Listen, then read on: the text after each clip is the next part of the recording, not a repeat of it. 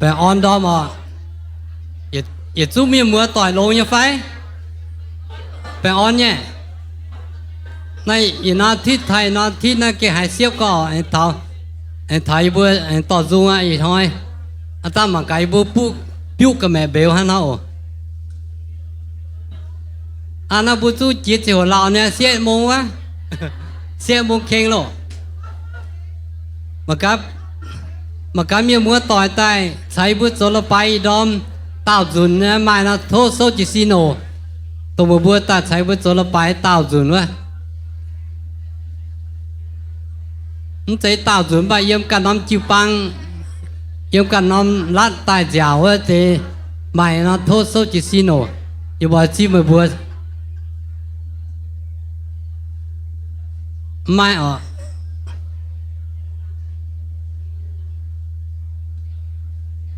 bữa cái gì thế đâu cái đảng mà tốn thuế ở biết ta lo tốn thuế chứ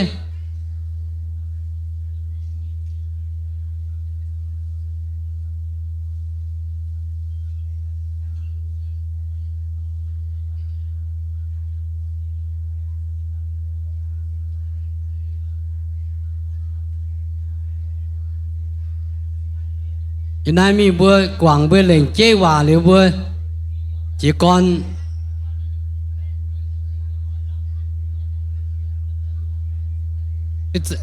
bữa ta cao khó chiều ở bữa nó tiền bữa lệnh chế hòa ở lấy xin chiếu bèo chi bữa chung có yếu có mùa chỉ băng tỏi ở chung thảo chiếu xin tiền tay cho năm chiều bữa ơi chỉ còn bữa số chiếu ý đom nhà xuất nhiều tay giàu nhà siêu nhà yếm choang yếm yêu chẳng có yếm chẳng tiết tiết thùng rồi bay bữa tôi buồn rồi bay bữa tôi nhiều yếm chiếu tay sẽ lông hay bữa chiếu bèo bữa bèn on nhéคุณช้ำไฟโจอีหอยบุสุเจียวเนี่ยมาเตมีมัวต่อยยำตู้ตายมาเตยมาแป่งยำเปียวดูบัวอย่าเฉียมสุเจียวชะทุเจียวเทงดูบัวอย่าจ่อดูแป่งปนให้ตู้ลงอย่าให้จวนตู้เท้าเจียวสินตีนเจียวมาเตยอย่ามีเจียวเตียนน้ำตองอย่าจวนกันทับเปียวทุเจียวชาลุตุเยี่ยมอย่าจิโกปนมาแป่งอ่อนอย่ามีอย่ามาแป่งอ่อนอย่าจวนโอเจียวอีจันน้ำเจียวบัวหอยคอเจียวโหบุสุเจียวต่อเจียเต็งยิสุยบัวเอเมน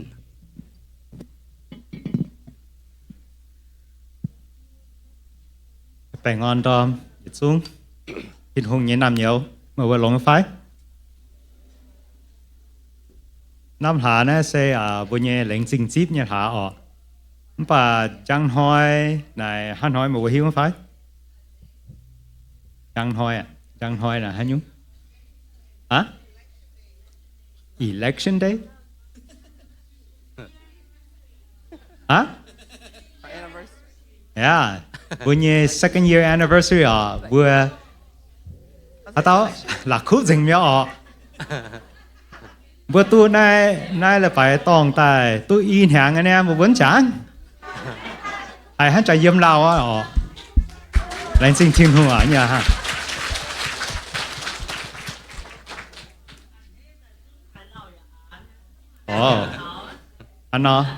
anh hay nói nhiều vừaอยู่chung số chỉ xin vừa số chỉ xin ta vừa lãnh sinh thiên hùng vậy thiên hùng nên chế nhiều nhung bung bua nên chế bua taอย่าchế nhiều nhung bung buaอย่าchế phúc bung bua vừa tôi nói là phải tòng ta phục sú nên vừa chỉ con bảo dung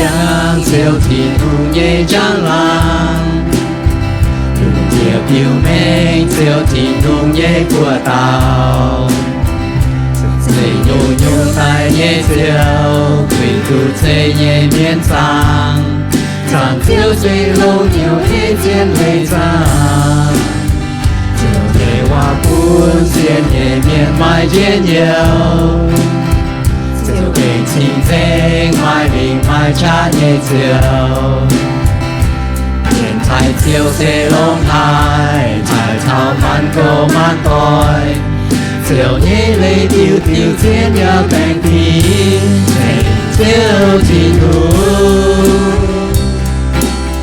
tông xây nhiều nhung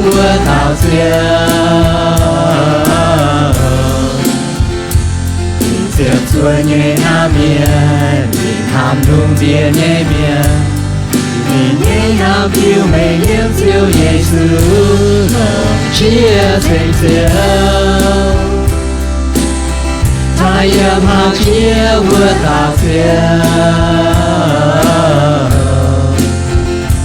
ngoài dù bao tiêu sáng rừng xây sáng trên nhé chín đường Thế nhu nhé diệu quý tu miền thế Gà chi bùa ta Đừng kìa kìa nói Sự chuyện điều nhé thanh diệu Ngồi ta hay nhé phù su diệu tin hương Ngoài tu hiếu tu con diệu Chỉ ngủ nên thế bùa tai Nhà buôn bùa mai chiều tháo mai thành sáng Thành diệu nhẹ mê Như nhẹ nhau kế ngôi thành diệu Mà dùng sen bùa nhẹ diệu Chỉ cùng kế ngon nó hai Quảng yêu nhẹ diệu nhu nhu nhẹ diệu Hỏi dù thành diệu Thành diệu cho nhé vua hồng si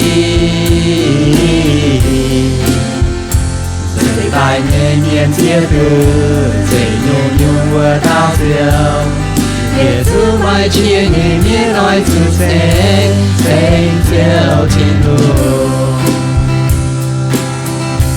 Địa miễn nói tu chuyện nhiều nhé thành diệu Dù à nê nhé phụ sư diệu thiên hương Hỏi dù hiếu khu con diệu Chỉ luôn nhìn dây bùa tai Nhà buôn bùa mai chia tháo mai mê giang Thành diệu nhé mê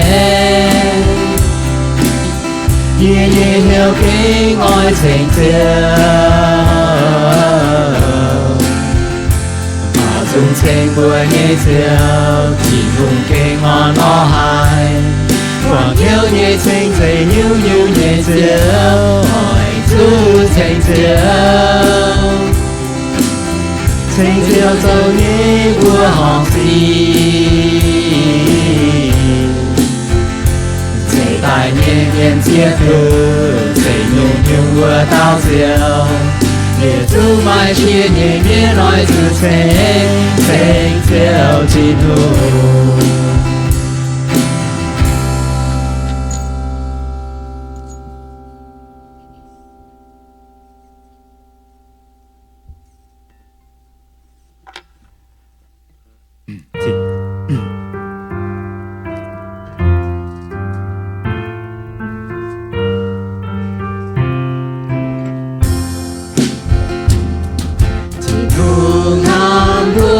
Kinh nhiên lưu mai hai coi Nhìn thế nhé kinh tâm chia lòng mai thế Nói mai sẽ nghe phù Nhé lưu lòng mai thế Chỉ hùng kinh tên bèn khi nhé chiêu Chỉ hùng ra kinh bèn khi The steadfast love of the Lord never ceases.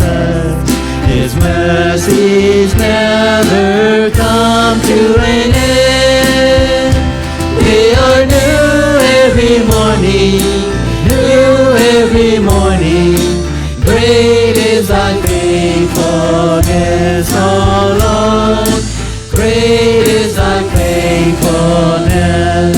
Bao giờ nào Thiên hương nam búa kinh yên liễu mai hai coi Nhìn thế nhé kinh tâm chia lòng mai thế Nói mãi sẽ nghe cụ Nhé liễu lòng mai thế Thiên hương kinh bên bèn tìm nhé diệu Thiên hương ra kinh bèn tìm The steadfast love of the Lord never ceases. His mercies never never come to an end. They are new every morning, new every morning. Great is thy faithfulness, O Lord. Great is thy faithfulness.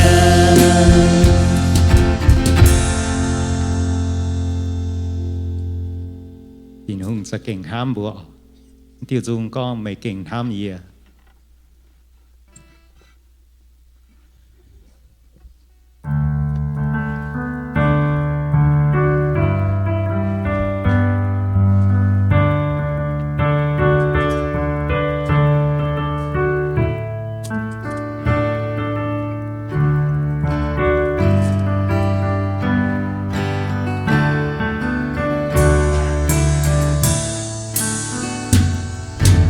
chiều mấy kinh hàm nghĩa can xoay tóm suy nhẹ ta chín hùng tuôn sinh tin trong hai hàm nghĩa tôi yêu cho giờ suy kỳ tu quê nghĩa tài nghĩa khắc kỳ tu chiều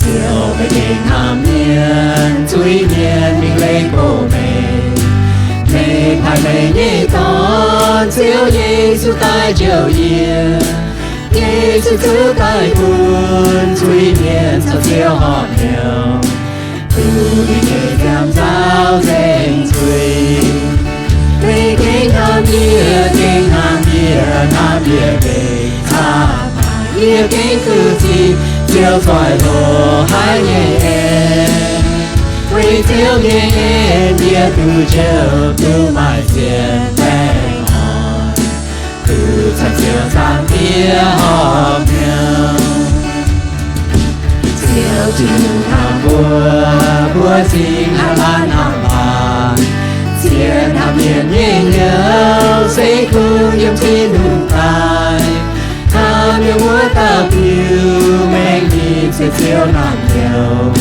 chỉ dầu nam nhiên nhẹ con mấy kinh hàm nghĩa kinh xa nghĩa kinh từ gì chiều soi hồ hai nhẹ em quay chiều nhẹ em nghĩa từ chiều từ mai tiền tay hòn từ sáng chiều sang kia hòn nhau chiều kinh hàm nghĩa chiều kinh hàm xa nghĩa kinh từ gì chiều soi hồ hai nhẹ em quay chiều nhẹ em nghĩa từ chiều từ mai tiền tay hòn từ sáng chiều sang kia họp nhau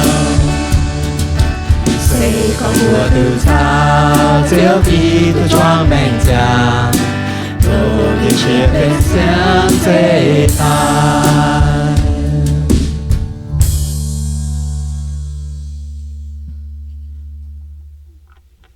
Amen. Một chế tổ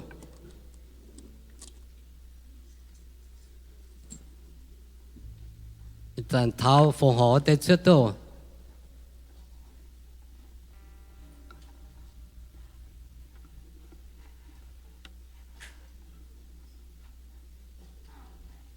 buổi chung ta cao phòng họ lấy chín chiếu chạy buổi tổ yếm như buổi bà dung thả đam tình như buổi tình chiến cấp xin cấp hiếu phòng họ như buổi chụp câu và như buổi nhẹ chính nhàn bia lồng yếm được bài tòng tổ chơi công như buổi tổ chu nói công xiển hỏi buổi hít khuẩn như buổi biết tu nhẹ chính nhàn như buổi chiếu tài là nôm lại như buổi phụng bị chụp bằng ở tổ chơi công chẳng tiết tiết thùng mai pun lại chính phi hàng với chiếu chạy buổi tiết dùn ai mai ta pun mai nhớ mai lại chính chẳng tiết thùng ồ chẳng nằm chơi bỏ xiên để phòng họ nhàn lại chính tọt chia phòng họ tế suy bùa Amen.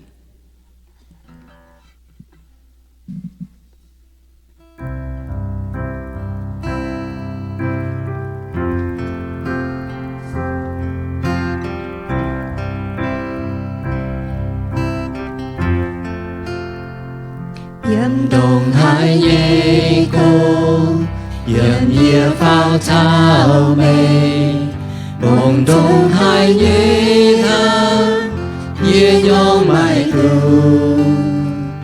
夜给麦蓝行，爱泡草金当，空照夜波，就夜夜美。And through the darkness, your loving kindness tore through the shadows of my soul. The work is finished, the end is written. Jesus Christ, my living hope.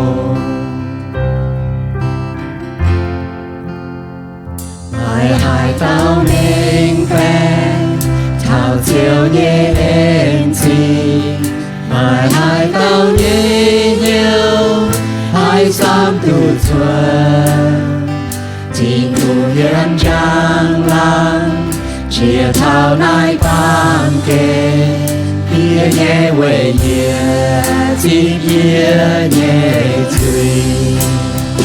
The cross has spoken, I am forgiven. The King of Kings calls me His own.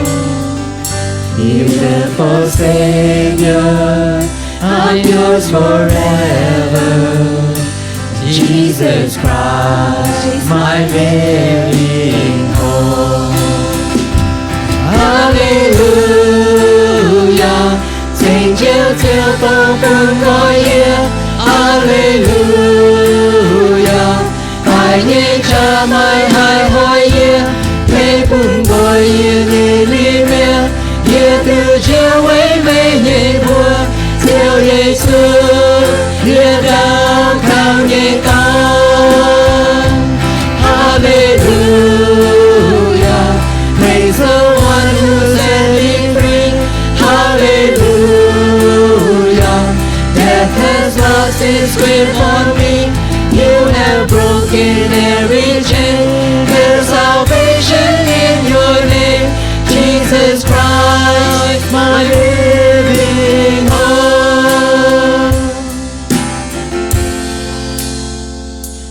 Đón chiều tai thao, ê chiều lê nhẹ hoa. Mẹ biểu trên nhé xin chia con thảo chiến diễn nhé giang hồ hai tông xiên nhé chiến chân tay nhé chiều mai hai hồi yeah. Then came the morning that sealed the promise. Your very body began to breathe. Out of the silence, the roaring lion declared the grave has no claim on me. Till Giê-xu yên lưu hình chia. Hallelujah. Thành chiếu chiếu phong phương ngôi yên. Hallelujah. Death has lost its grip on me. Nguyện thư tình nhẹ nhẹ liên miên. Nhẹ tu chiều ấy mê nhẹ bùa. Chiều Giê-xu hiện đau khao nhẹ con. Jesus Christ, my living hope. Chiều Giê-xu hiện đau khao nhẹ con.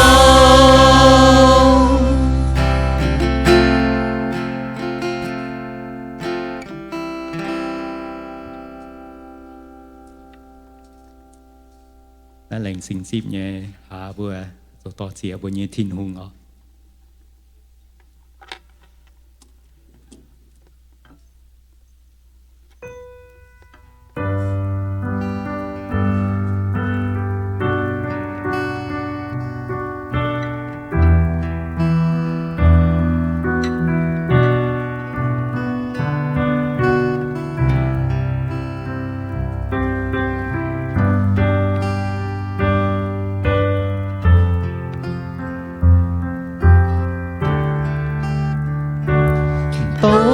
chia lung dinh búa nhẹ nhiều to chia búa nhẹ chính dành chiều to chia với chú niệm buồn búa chiều Giêsu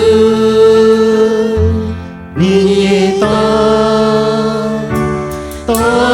chia lung dinh búa nhẹ nhiều to chia búa nhẹ chính dành chiều to chia với chú niệm buồn búa chiều Giêsu nhẹ to đi xa buồn mang nghe miên còn yêu sẽ buồn trong nghe miên còn yêu mai quê sư thiên thu hàng ngày buồn buồn to riêng give thanks with a grateful heart give thanks to the Holy One give thanks because He's given Jesus Christ His Son give thanks with a grateful heart give thanks to the Holy One give thanks because He's given Jesus Christ His Son. And now let the weak say I am strong. Let the poor say I am rich because of what the Lord has done for us. God's ear, lòng thành của nhẹ nhiều to chia, của nhẹ chính danh chiều to chia, quê chú niệm buồn búa chiều Giêsu niệm nhẹ to chia, lòng thành của nhẹ nhiều to chia, của nhẹ chính danh chiều to chia, với chú niệm buồn búa chiều Giêsu niệm nhẹ to đi xa buồn mang nghe miên còn yêu sẽ hết buồn trong nghe miên còn yêu mai quê hương thiên hương hàng ngày buồn buồn to chia to chia.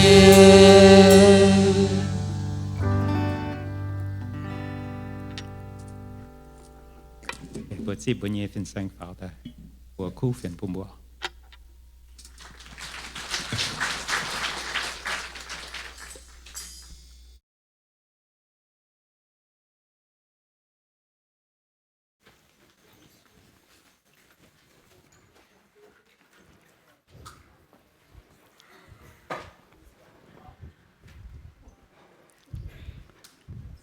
Good morning. Bà ơn đom, anh hay ít tiếp bữa giờ zoom giờ mùa tối em coi phát về thật chiếu biểu thành bữa thiên hùng. Welcome everyone here this morning. Near or far, we're all here to worship God. Amen. Amen. Hiện là chính được tỏ dung ý quan, tỏ tú lông we thank you for the worship team. Thank you, thank you. Hiện là chính bữa dia AV, your team, your dear, thank you, or more, your dear, thank you. Lansing bữa tiệc quan, chỉ yếm công yếm bữa kịp bang kinh mà chỉ yếm công tự châu là chính bữa là lan tổ chỉ hợp bữa nhiệt chiếu ít đó mang gì bữa bữa miền múa tôi kinh yên yêu hay anh hay look like congregations everyone's so happy to be here right amen amen wow mua hít tu in hỏi ta cho lấy bài miền mà gì phải say guess cả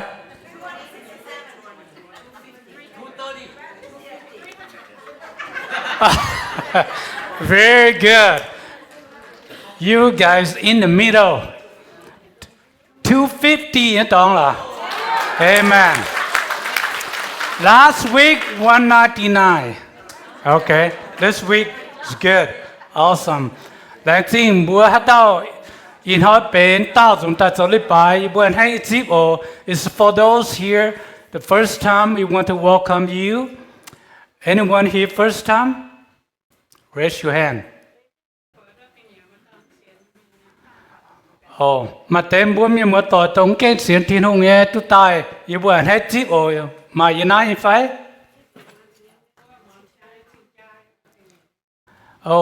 Skong hatao is say tu tài yêu bữa hết chip welcome everyone here this morning okay thank you tổ chỉ hay chiếu bữa nhẹ chiếu kinh long hay in hỏi kinh sâu yêu con thảo cha mày cần examining yourself phải cha bukan examining ourselves okay idom mới kinh sâu hồ tao bùa cha bukan phải examining myself bùa cha mang cả bùa dồn pana bukan anh hiếu lấy cô thiên hùng phải bùa nít phát thiên hùng như phải you have to examine yourself you walk close to God or you far away from God ta là hang bùa tụt cha mang cả bùa mà hay không kia tai bùa chỗ tòng bùa nhiệt chiếu phải bùa chỗ nhiêu chỉ chuối bùa thiên hùng phải you have to examine yourself anything that you did might offend God so you whole Bible today message bùa cha mang cả bùa nhiệt hiếu chiếu là chính thiên hùng tao chỉ là chiếu bùa nhiệt bùa mai anh om thôi anh om giang hồ tu cấp chun yếm chiếu như béo bút sủ chiếu thiên hùng thâu chiếu như sinh linh tỏ chỉ yếm than chiếu như hòa ya thâu chiếu cho công yếm là lan miền ninh hiếu yếm chiếu sủ như bùa tao cao amen tu kinh sâu như hòa vậy nay hạt tao là quay nhàn chiếu như chúa lồng chiếu như chan hốpว่าเต้าเจียวปามเจียวเนี่ยสินจะเจียวเนี่ยจามเวนายหาเต้าละกวยเนียนเจียวเนี่ยจัวฮบเจียวเนี่ยจานว่าเต้าเจียวปามเจียวเนี่ยสินจะเจียวเนี่ยจามยาน้ำมิ่งฟ้ายี่ตัวตองไม่เอาแต่เต้าเมียนอจูจ้ากันเนียนเหี้ยวดังจิงตาเนียนนั่นน้ำจัวhộp nó nằm chan hạt tao nhàn phải hộp ya chia mà tu chiếu nhẹ xin nín nhàn ya hộp punikan chủ tình chui về nái mày bùa miền chăm put bèng bao hài eng mà tế tài mía sẽ con bùa cha cần yên hiếu đàng chiều mất chủ thiên hùng tình chuối cái bùa mang thảo Paulo nhìn hỏi nhìa kỳ bang buông tội yếm béo yếm mà nhàn cần ai ham nhàn hốp liu chiều nhàn sinh hàng in post day the early church met in homes and had a meal called agape feast that was followed by the Lord's Supper. Bữa mang muôn tế thao kinh sâu như hòa yếm cô lên thô kiều bang như chẳng hồ Paulo phí phiền bún ở bùa con thảo nhận sinh tháng nhé hệ bữa chủ hi tu chính nhé cha bu cần hiểu. Apostle Paul wrote a letter to Corinthian church. Make sure tell them to know what is communion, and before the taking, they have to examine themselves. Thứ nhất, con nghe và khuyên chào con linh thô cứu bang nhận chiếu nhân hàng cho bên bộ thông như nhận hốp anh hay bộ trọi miên mang phía miên trộm miên. The passage is rebuilt of the Corinthian church, which had turned the Lord's Supper into social feast and favored the wealthy and excluded the poor. Nóm chiang hồ bùi hiu tu kịp bang, khu xiên thiên hùng tai, mà keng hồ, ya mà keng yang, ya xiên thiên hùng tai, Giêsu tai mà keng lao. Paulo fin sang liệp nóm kịp bang ta, xem mà chia nhu miên, dọp chế yếm cần nhu à. The Pauls established a church in Corinthians. There are all kinds of people that back then. They're still young church. It's not mature yet. All kind of people kind of mix in the church. Bùi hi tu tông nóm chia hồ nhé. Nếu bùi nhận chiếu như sinh tháng. Nếu bùi giờ dọp chế bột thông như tháng. Dọp chế nhận bùi nhung. Hàng nóm mặt tế. Nếu bùi hiu xìa chế tài. Bang này nếu bùi chiếm tu chiếu như tháng. Nếu bùi nhận bên bột thông như tháng. So in that times, all kind of people at the church, they even the Lord's Supper, they enjoy just like general feast. They don't care. They just come and eat.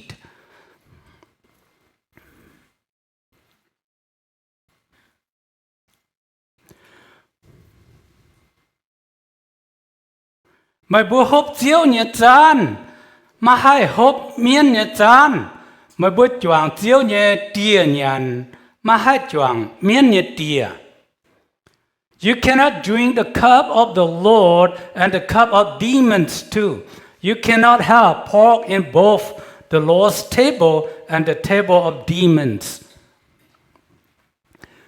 Vì chủ yếm nóm chiang hồ này, mà miền tham nhé khúc xiang xiên thiên hùng tai. Mà tế ấm xiên, cha chết tai lệ bài, cha chết tai choàng kiên, yêu mà chia giang miền, chia xét miền mà nhung. Mà tế xiên, mà tếm xiên. In those days, the church still new, still growing, and there are all kinds of people attending the church. They don't even know the Lord's Supper and the demons' table too. Hàng nói in hỏi bùa cha chiếu choàng tiền nhận, bùa mai cha miên choàng tiền nhận. Are you agree?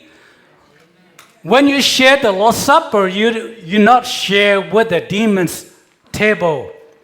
See, bùa xiên kỳ tù như miên, bùa sẽ cần nhung nhé, bùa yếm miên như bùa điết xuất tài, bùa hay, and ta gang mi nhận. Miên như cái đại, phải xếp thì miên như cái đại. When we come out from the darkness, we convert to Christianity, so we have to stay away from any food that offer to idols or to the spirit meat. So, bùa xiên Giêsu miên, bùa mà tao xiên đi thiên hùng, bùa sẽ nhận xếp miên như cái này phải? No, right? Yên ham ta bùa xiên đi Giêsu miên, bùa mà học tự nhận. Kỳ số mình ấy bùa con. We convert to Christianity, we not be part of the demon's table. Agree? For those if you by make mistake, accidentally eat that food ordered to spirit or ordered to the idols, you have to be confessed to God today. Okay? Chiếu như tia kỳ tù miên nhận nhé sinh hàng sẽ bế thảo kỳ tù thảo nín xía mạng tại yếm chập giang chá. The Lord's table or cup, the Christian practice communion which symbolized Christ and sacrifice on the cross. Bữa tu chia tu, bữa nhàn nhẹ, chiếu nhẹ sẽ bên chiếu nhẹ buồn, không chạy miên nhẹ buồn. When we share the table of the Lord, that belong to the Lord. It's not the table of demons. Bữa tu bún gói có miên nhẹ, thảo xiên thiên hùng nhẹ, không phiền hăng. You have to separate from the demons and the Lord's Supper. We're Christian, we not belong to the world. Amen. Bữa xiên kỳ tù miên bướm chạy quay bám kên, bữa bền kỳ tù nhé. Amen.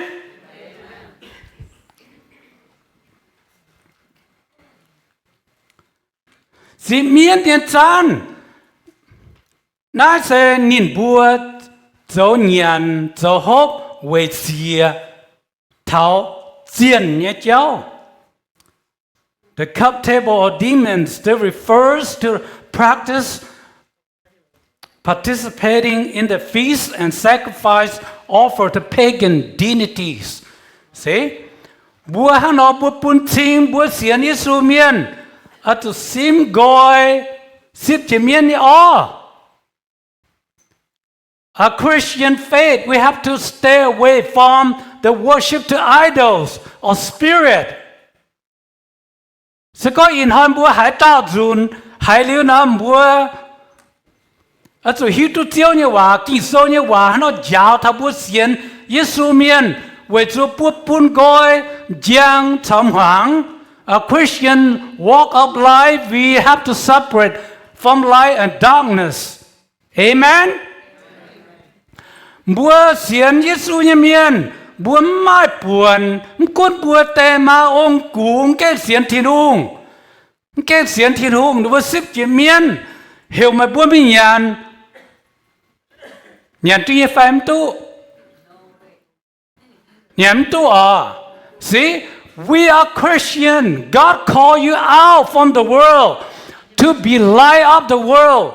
So you don't be part of your grandparents, whoever non-Christians, offer food to Buddhists, they call you, you don't be part of it. Stay away from. Okay? Amen? Amen. Mà để có nhàn tu nhé nè, hát ta có nhàn tu. Someone said, you can eat the food offered to idols. No, okay? Bữa kỳ tù miền bướm nhàn ô. Fourth, mày sẽ thiên hữu nghe sinh tin. Mày bùa mày hiếu phải, mày bùa sẽ thiên hữu nghe sinh tin. Thiên hữu nghe sinh linh, ya yếm mày bùa của nhua. You are God's temple. Don't you know that you yourselves are God's temple and that God's Spirit dwells in your midst? Amen? Mày cho ye bùi nhé xin bùi hiếu na bền thiên hùng nghe sinh tin bền thiên hùng nghe béo. You and me, we are God's temple. God lives inside of you. Amen.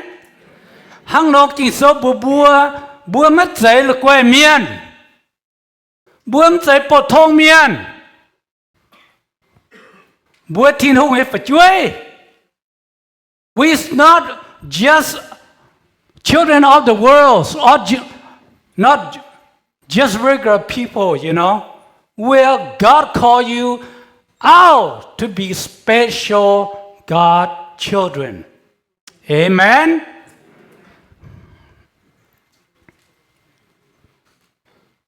Bữa mảng khang ồ thiên hùng oi miệt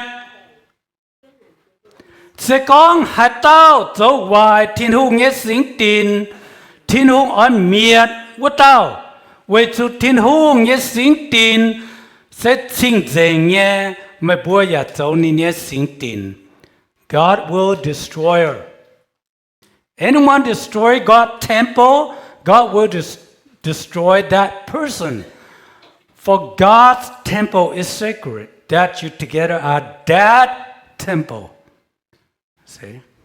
Hang nó bữa xiên thiên hùng miên, kinh số bữa bữa, mà tung dấu hoài. Thế như phải? Sự con bữa xiên nếu Giêsu bữa sẽ dấu hoài, rồi sẽ mình nhận xếp chém miên như ó, chả chém nó bữa xếp miên, chả chém nó bữa bái miêu. Muốn ham ta thiên hùng anh hay như phải? For those you Christian, God tell you stay away from the world, but you still want to go participate on spirit worship and bow down to them. What happened? Kinh số con bùa bùa, sẽ có hát tao dấu thầm tới cháu, thiên hùng ổn miệt của tao nè. Bố hay như phải? Kinh số, tổ dùn tới tâm bố là khu à? Thiên hùng ổn miệt của tao, với chú thiên hùng nhất sinh tin, sẽ chính dành nghe, mà bố giả dấu nên nhất sinh tin. Amen? Bố nó mà chạy bố can ồ. Chiếu Giêsu mãi bố trái hay, mãi bố dẫn đã bên như to như xía. Mà em tung dấu hoài, mà nhé xin. Với chú thiên hùng chẳng mà yếm. God purchased you by His blood.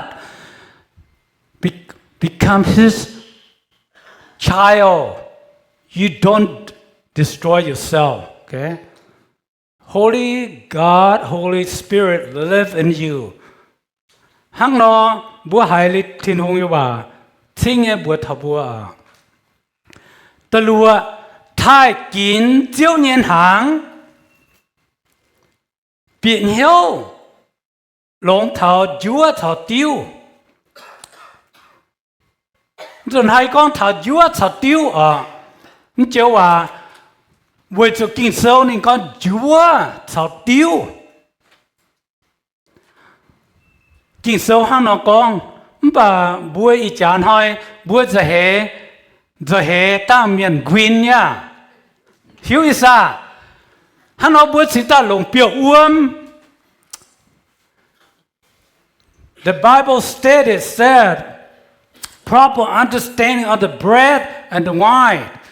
See? Kinh sâu con tôi听nghe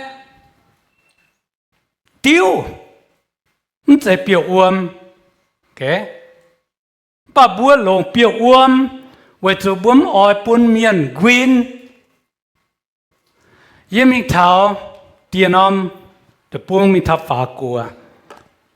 Nó với nhận sinh tháng ná, nó với kinh hộp tiêu. Okay? Không phải biểu uâm, nó với kinh hộp tiêu. Yếm hiếu trả trên nó bùa bầu tài, bùa căn dùng nhá, yếm hộp diệt hay bẹt có liam hay liếc quang. See, I went to the France, went to church, they use a wine, okay? They give communion, they give wine. So they use real thing according to the Bible. Bởi em kinh sâu bùa in hỏi bùa lồng biểu uâm. Bây thảo kỳ tù nhé xin cho giam chiều về xiên nhé miên. Symbolic Christ's body and blood sacrifice for believers. Bùa tụ chia tụ chiếu nhé hàng thảo sinh uâm nà mà hãy ở lấy bùn thảo bùa xiên Giêsu nhé miên. Nà chiến hài kinh sâu con bùa tụ là quay nhàn nà. Tự chiết cha can mang cá thảo giang hồ á hai chàn bùa cha bùa can mang cá xe con mà hãy dùng ghé bùa thảo kỳ tù.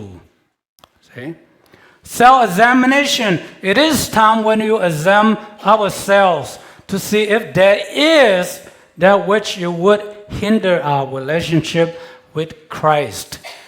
Sẽ bùa tụ cha mang nghe bún hiếu đã tuần pa chuối cua trên là hộp mà chia nha và bún puat. That's why we need to examine ourselves. Sometimes our heart, that big stain, like this wall in your heart, That's why you have to examine yourself. Make sure you're right before God.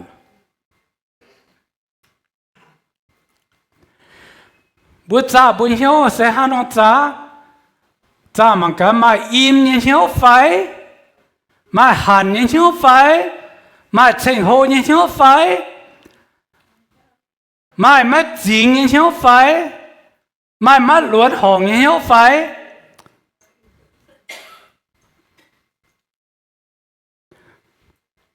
But is that bitterness? Is that lust? Is that pride? Is that dishonesty? Is that immorality? Oh, yếm chăm bỏ miền nha. Okay. Oh, my, come here. Okay. Nó sẽ tông này à, bố bố cho cha bố hiếu, mang cả mà hiếu, tông tế na. Sẽ có mà hiếu.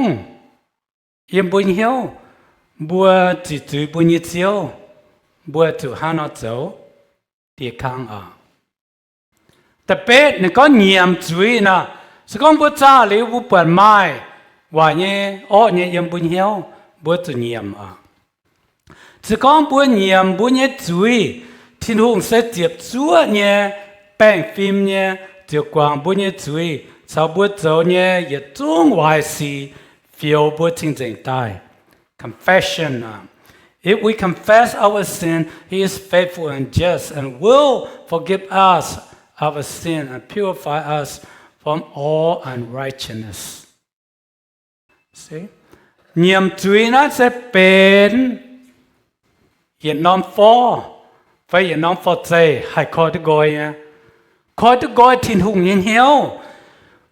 Bùa mà hộp như cháu. Bùa ta cao như hòa nhiệm như thủy sẽ hăng nhị nôm phật thầy nó khói tới thảo lùng kèng thiên hùng chiều tiếp bùa như ta cao hòa như cho quảng bùa như thủy. See, when you pray or confess, just like a key, a padlock, that you can open the padlock, so that when you pray, confess your sin, that your prayer go direct to God. God hears your prayer. Bà bố chủ mạng lỗ bố ta cáo cho hồ là bố kinh diệp chúa ta cáo phê là quay ta cáo. Bị nhau phải? When you pray, you are genuine prayer or you just pretend yourself to pray. See? Này chiến chìa bố ta cáo như cho hồ bố nhiệm chuối là bố kê chủ nhiệm chiến nhân nhiệm mới nhung. Vậy là quê. So, hắn nói thiên hùng xếp à. Bố sẽ tiếp chúa nhìn hiếu, nhiệm bún thiên hùng hai bố ta cao như bà. See?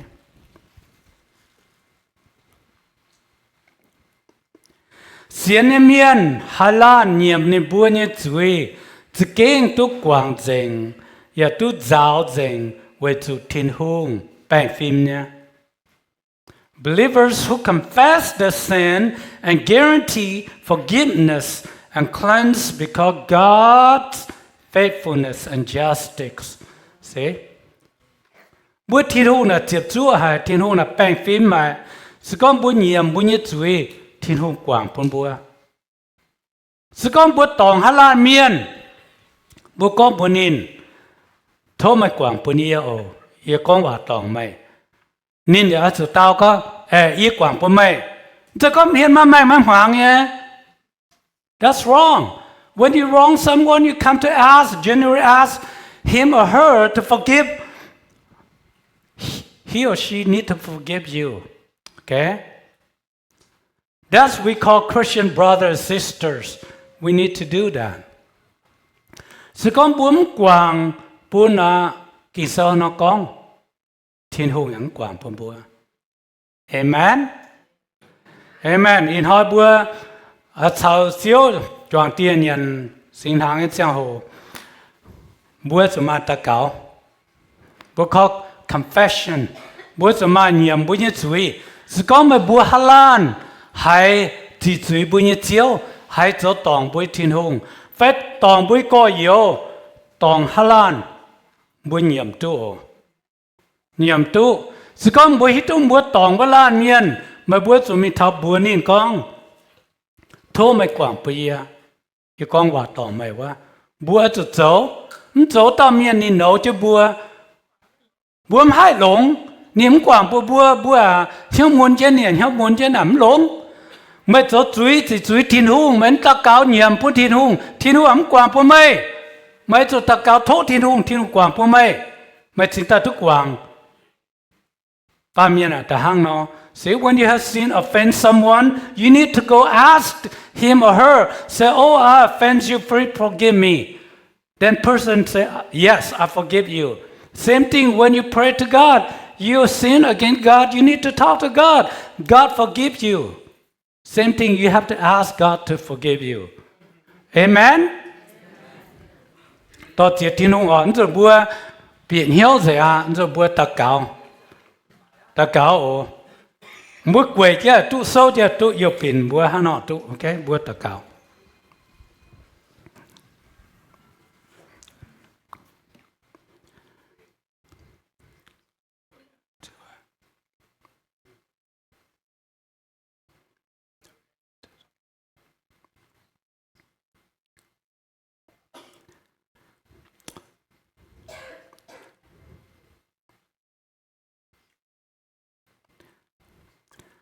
Oh, hallelujah. Chúa yêu vật thật Chúa như chấm hiền, yêu sẽ bên tôm suy miên, bên áp bám kên, yêu mà chia dùn, yêu cháu như sĩ, con yêu hòa, chỉ suy yêu Chúa yêu thiên hùng, phải con tòng miền mùa, thốt Chúa thiên hùng, bèn phim nhé, quảng yêu như suy, hăng kinh sâu con nó, yêu nhiệm yêu can như suy.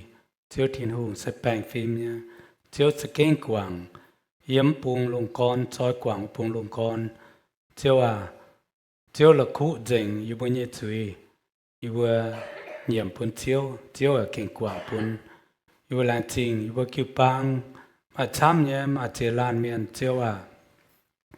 Chúa cần trả là lan miền ấy nhau, của miền hít đúc của miền ấy nhau. Mà chỉ chuối tòng Chúa phải mai, Chúa cần hít đu, nếu bây giờ hít đu Chúa vừa làm chuyện Chúa như ên, thốt Chúa thiên hùng, khó liền như bây kêu băng, như bây nhiệm như bây chuối, Chúa là quảng như bây như chuối, Chúa vừa làm chuyện chẳng tí Chúa thiên hùng, thiên Chúa suy như bùa. Amen. Amen. Bữa bên xin hàng như bữa xuất, đùa.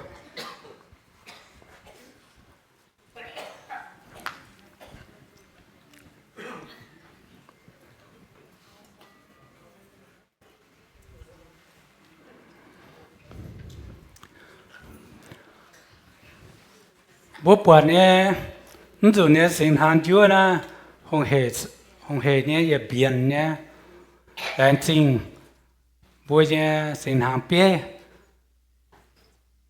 mãi dùng ta chỉ kinh biển hay bố hong hề có nó sẽ có hong hề nha hong hề có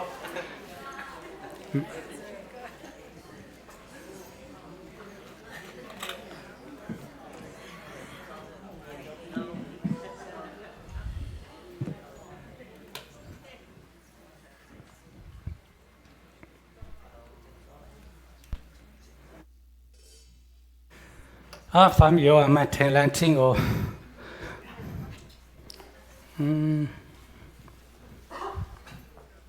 Ê, cái bữa lại chỉnh tiền hồ ô lại chỉnh chéo tiền hồ bêu trên cái buồn hoài tiền hoài mình chỉ muốn hỏi sản thằng năm trăm hồ thì bây giờ chỉ chiếu nhà em chỉ cầu chỉ bữa kịp bằng hiện xuống mà chiếu nhà bang ổn thằng năm trăm hồ thì bữa châu đi bài thằng đàn tiền thì bữa chẳng thảo chiếu nhà em thì thảo thì bữa ya tiền tiếp rằng trả liệu suất trả như bữa chiam thì bữa miền suất bữa mở to như chuiเป็นสิ่งเจงตายยังเชื่อจึงเห็นแต่งจริงเจียวอีสานยีบัวปงนำเชื่อยีบจังต่อเชื่อเนี่ยสินอย่าแหล่งจริงเชื่อเนี่ยเอ็นแต่งจริงเชื่อทำเจียอย่าพบนำจานอย่าจังต่อเชื่อเนี่ยยับแต่งยีบัวหมอเตาเจ้าเจงยีบัวเนี่ยมีเป็นจริงเจงตายแต่งเชื่อนำเนี่ยเชื่อจึงเห็นรู้เชื่อเนี่ยแปลวันแต่งจริงเชื่อยีบัวไม่รู้เชื่อเนี่ยเอ็น chia nhé suy bún đi bữa tu chính dệnh tài bữa tàu chia chạy đi bữa hát tạ cao em chia sự chỉ tu như bữa amen.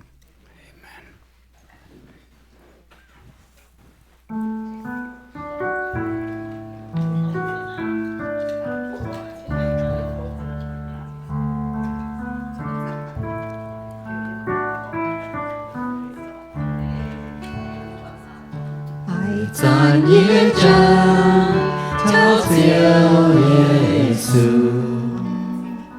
主卖温温，做南chúa tài, có chia thiên hùng, liêu mê gọi tài, buồn chia nhẹ nhàng, ai bề thao yêu.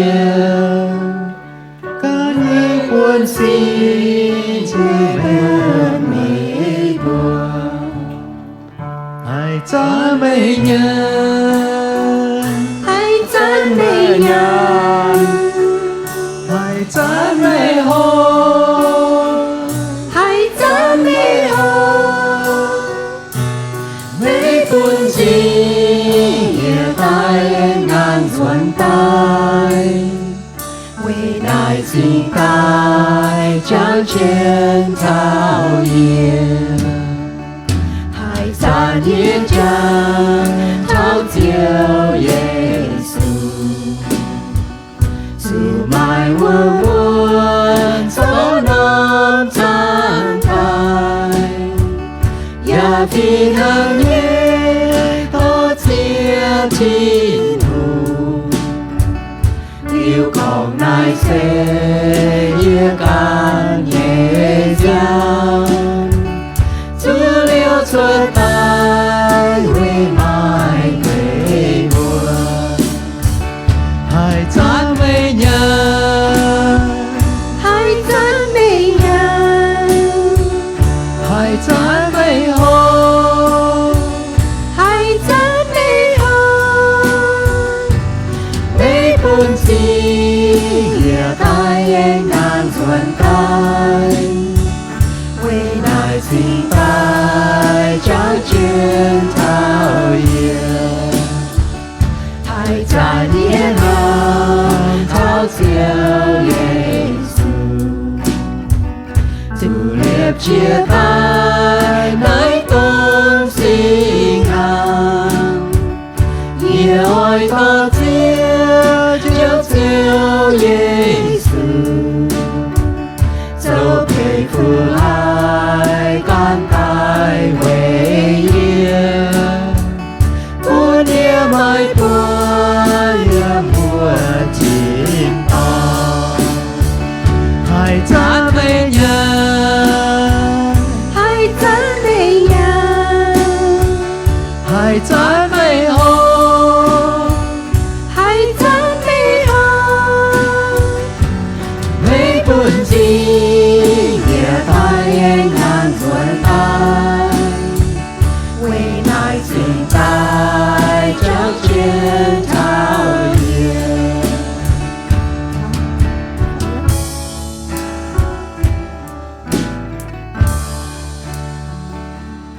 Hallelujah, có chia thiên hùng. Hallelujah, có chia thiên hùng.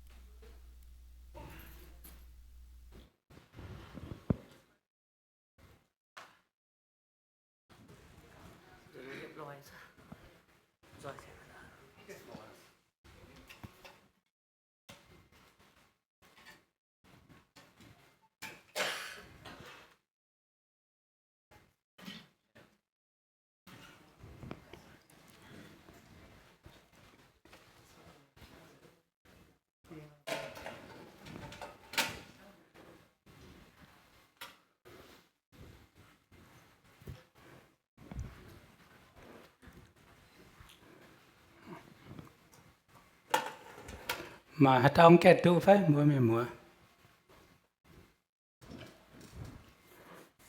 giờ hệ mà chăm nhỉ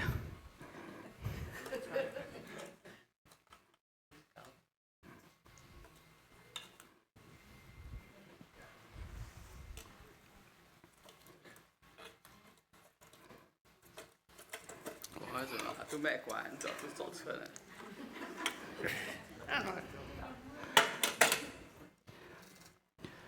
kinh số con bộ bùa chiếu số số chúa tai chúa em cái điểm mang ồ có chỗ coi cái điểm mang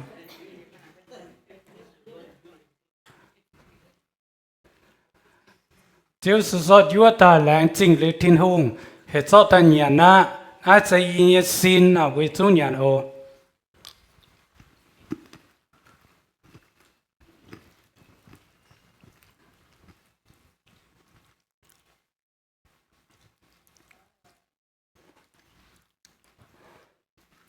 kinh số phiền hàng Giêsu số năm san ta lãng chính lý chiếu thiên hùng chúng bổn hàng tàu với chúng số ta hôm mà nãy yên giam được chia sẻ ngang hòa với quảng bố miền tham như chuối nào với chúng hộp ổ